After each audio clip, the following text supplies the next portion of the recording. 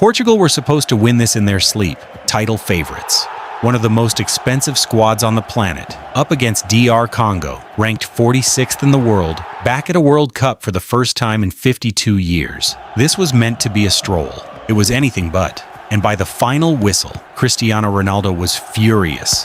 The favorites were stunned, and one question was on everybody's lips. So let's break down exactly how it all went wrong. And if you love honest World Cup breakdowns, hit subscribe right now. It's free, and the next one is even bigger. Start with what was on the line, because this matters. Ronaldo is 41 years old. This is his 6th World Cup. No man in history has ever done that. He scored a ridiculous 143 goals for his country. He's won the Euros, the Nations League, almost everything.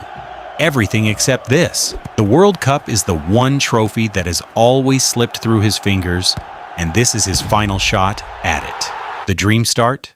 Gone in 90 minutes. And here's the part that really stings. Portugal don't need Ronaldo to carry them anymore. Just look at this squad. Bruno Fernandes, who broke the Premier League assist record, Vitinha, João Neves, and Nuno Mendes, 3 Champions League winners from PSG.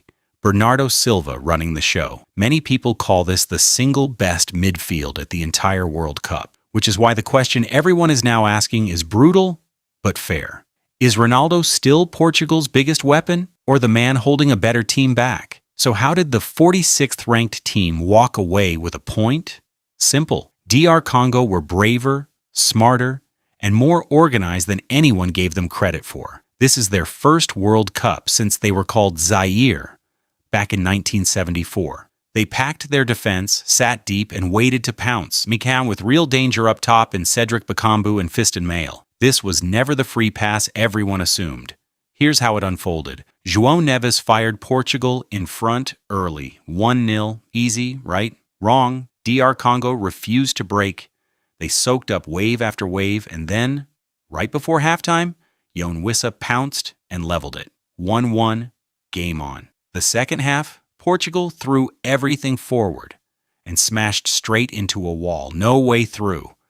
And the man who was supposed to unlock it, Cristiano Ronaldo, was swarmed, crowded out, and completely silenced.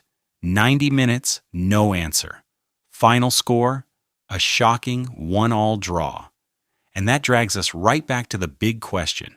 When Ronaldo goes quiet, and he was anonymous, who steps up against the 46th best team in the world? The answer was nobody. Bruno couldn't do it. The PSG stars couldn't do it. And that should genuinely worry Roberto Martinez. Because if Portugal can't break down DR Congo, what on earth happens against France, or Spain, or Argentina? And it gets worse. In the same group, Colombia thrashed Uzbekistan 3-1. So Portugal are already playing catch-up. That easy group suddenly looks a whole lot tighter. Now let's be fair, it's not panic stations just yet. Spain got held by Cape Verde. Brazil were stopped by Morocco. The biggest teams stumble in their openers, and one dropped point won't end Portugal's tournament. But the warning lights are flashing bright. And that Ronaldo debate, it just got a whole lot louder. So here's where you come in. And I want your honest opinion in the comments. First, is Ronaldo still Portugal's answer, or has he become their problem? Don't hold back. And second, the big one.